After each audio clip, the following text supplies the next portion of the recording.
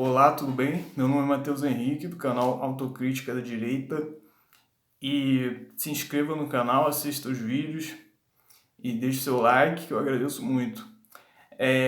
Inicialmente, eu gostaria de falar que o conservador tem que dizer abertamente: eu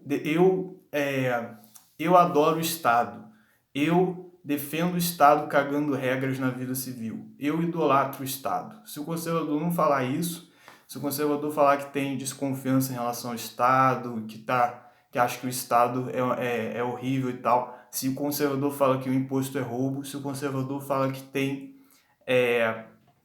o conservador adota uma retórica demonizando o papel do Estado, demonizando o Estado, então o conservador está sendo feito de idiota útil pelos anarcocapitalistas, sim. Com exceção feita ao Olavo de Carvalho, porque, em primeiro lugar, o Olavo nunca nem se denominou conservador, apesar de ser inegável que a obra dele é uma fonte de inspiração para os conservadores, ele nunca se denominou conservador, então ele nunca, vamos dizer, assumiu a responsabilidade de criar um discurso em favor do conservadorismo. Então, como ele não tem responsabilidade para criar esse... nunca procurou assumir a responsabilidade de defender o conservadorismo, então, para isso não faz diferença. E outra coisa é que, ainda considerando que ele tivesse a proposta de fortalecer o conservadorismo, ele é de outra geração.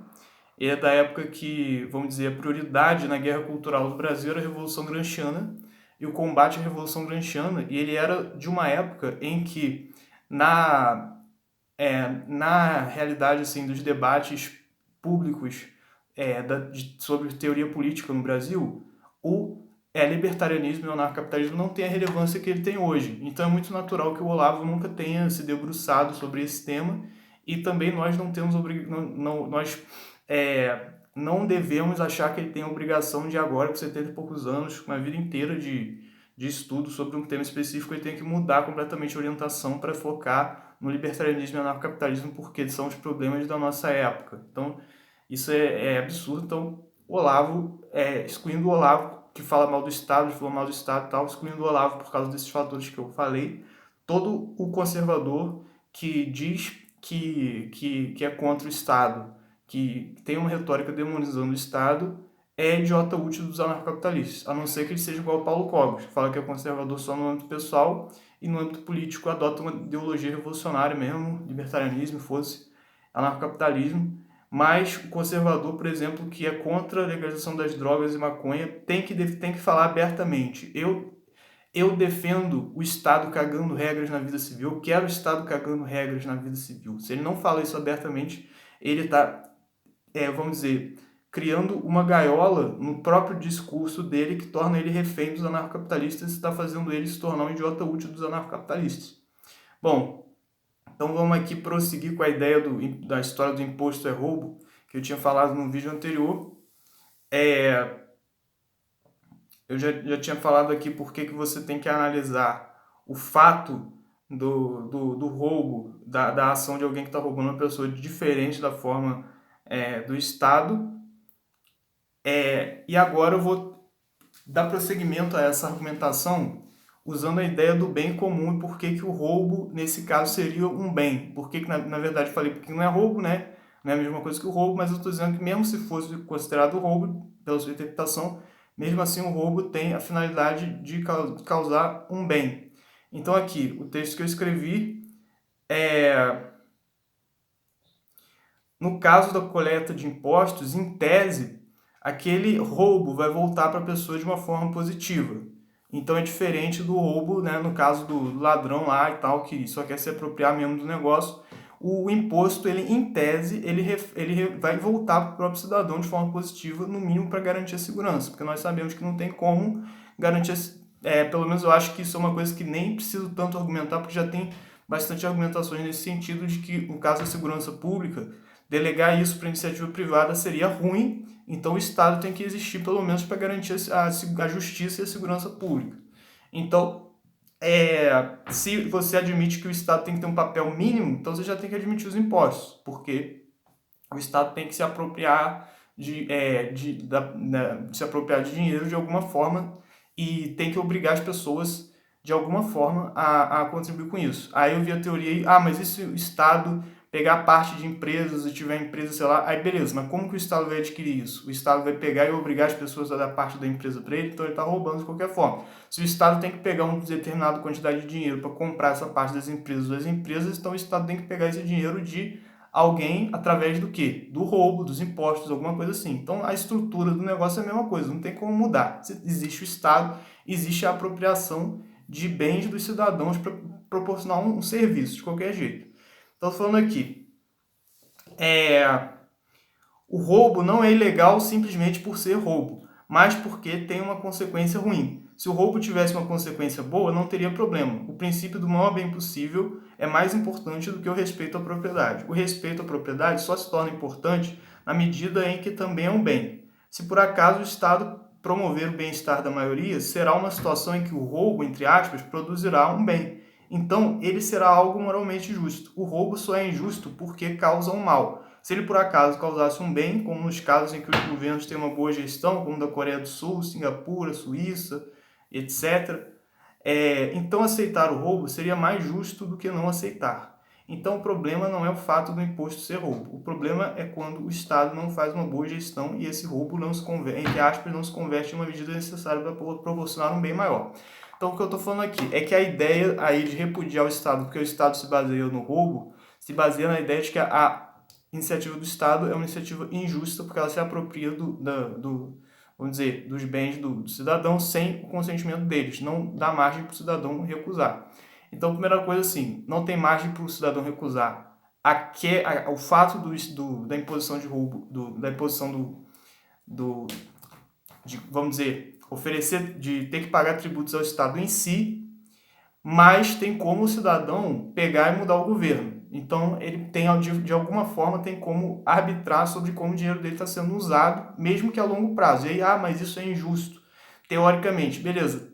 Teoricamente, se você for analisar de forma abstracionista como um raciocínio matematizar, vamos dizer, uma busca pela matematização do seu raciocínio, isso pode ser realmente, é injusto, é errado, beleza. Só que nas ciências sociais e na teoria política você tem que buscar outras fontes, como eu já falei anteriormente, porque por mais que você matematize a sua argumentação, a matemática e a lógica nunca vão te dizer, por exemplo, por que é necessário você preservar a vida? Ou então, o que é o bem? Ou então, por que é necessário você promover o bem para a sociedade, para o maior número de pessoas? A matemática nunca vai te responder isso. Então, você tem que buscar outros meios para mesmo que não sejam perfeitos, que com o mesmo rigor, com a mesma precisão da matemática, você tem que buscar outros meios para conseguir respostas para essas perguntas aí colocadas na discussão da teoria política e das ciências sociais. Você encontra esses meios pela metafísica aristotélica e a tradição do aristotelismo, como ela foi desenvolvida, que até o Mário Ferreira dos Santos, que eu considero que faz parte da tradição aristotélica, apesar de ele pegar outras fontes também, faz parte da tradição aristotélica. Então, se você estudar esses autores, da escolástica, o Mário Ferreira dos Santos, o Aristóteles, você vai ter uma linguagem que permite elaborar melhor essa discussão. Então, a questão você vê aí que o Estado coletar os impostos vai ser injusto, etc. Beleza, analisando abstratamente vai ser injusto. Só que analisando de uma perspectiva dialética e mais abrangente, você vê, beleza, é injusto, mas o que é justiça? Como você vai saber o que é justiça? A justiça tem que estar ligada à ideia de bem, porque se a justiça só é necessária porque ela é boa. Se a justiça fosse, no caso, se a justiça fosse ruim, a justiça seria... a justiça teria que ser menos importante do que o bem. A justiça só é mais importante partindo do princípio que ela é boa. Se fosse cometida uma injustiça pequena em favor de um bem, num caso em que uma justiça seria um mal, é melhor você cometer uma injustiça, porque o mais importante que a justiça é o bem. Então a justiça só é importante na medida que ela é um meio para você chegar ao bem. Então, por exemplo, sei lá, tem uma sociedade, aí você pode dizer, não é bem assim, porque não é assim que acontece, beleza, mas vamos fazer uma hipótese aí de uma sociedade que tem 5 famílias bilionárias e tem 300 pessoas passando fome ali. Então, beleza. É justo, e essas famílias bilionárias não querem dar o dinheiro para esses 300 passando fome, eles trabalharam, se sacrificaram muito para juntar esses bilhões de dólares, etc, e agora eles não têm vontade. Então, juntam um grupo de políticos ali e tentam obrigar essas 5 famílias bilionárias a dividir o dinheiro para essas 300 famílias que estão morrendo de fome. Então, assim, é injusto com as famílias bilionárias você obrigar eles a darem o dinheiro? É injusto. Só que essa injustiça vai proporcionar um bem maior, porque nesse caso hipotético que eu tô falando, vai permitir que essas 300 famílias não passem fome. Então, tipo, analisando, mesmo que esse exemplo não se aplique na realidade, porque não é assim que funciona, na economia, etc., beleza. Mas ainda que no exemplo, tipo, hipotético mais simplificado possível que eu tô falando, dá para você perceber que às vezes uma ação injusta é melhor para o bem comum. Então, a justiça só é necessária na medida que ela é um meio para chegar ao bem. Se a injustiça for uma injustiça pequena, pontual, for um meio para você chegar num bem maior, essa injustiça pontual vai ser preferível a uma justiça que vai ser realizada a ferro e a fogo, que vai causar um mal para um número maior de pessoas. Por exemplo, nesse caso, a justiça seria você não cobrar, não roubar, vamos dizer, o dinheiro dessas 5 famílias bilionárias e deixar as 300 pessoas passando fome. A justiça seria isso.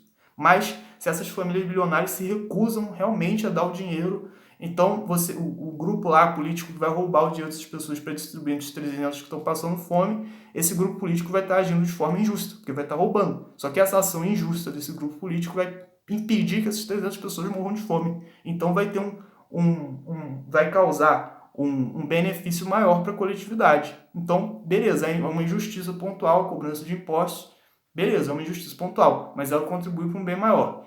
Em teoria, se o Estado, por exemplo, nesse exemplo que eu dei, o grupo político que roubou o dinheiro dos bilionários distribuiu entre as pessoas e impediu as pessoas de passarem fome. Então, causou um bem maior, claramente. Então, pode ser que o Estado não promova esse bem maior, que o Estado faça uma péssima gestão e etc. Mas aí a discussão é outra. A discussão não é que o imposto é errado porque ele é injusto em si mesmo, porque ele é um roubo em si mesmo. A discussão é que ele é errado porque ele não proporciona o bem. Se ele proporcionasse o bem, seria certo.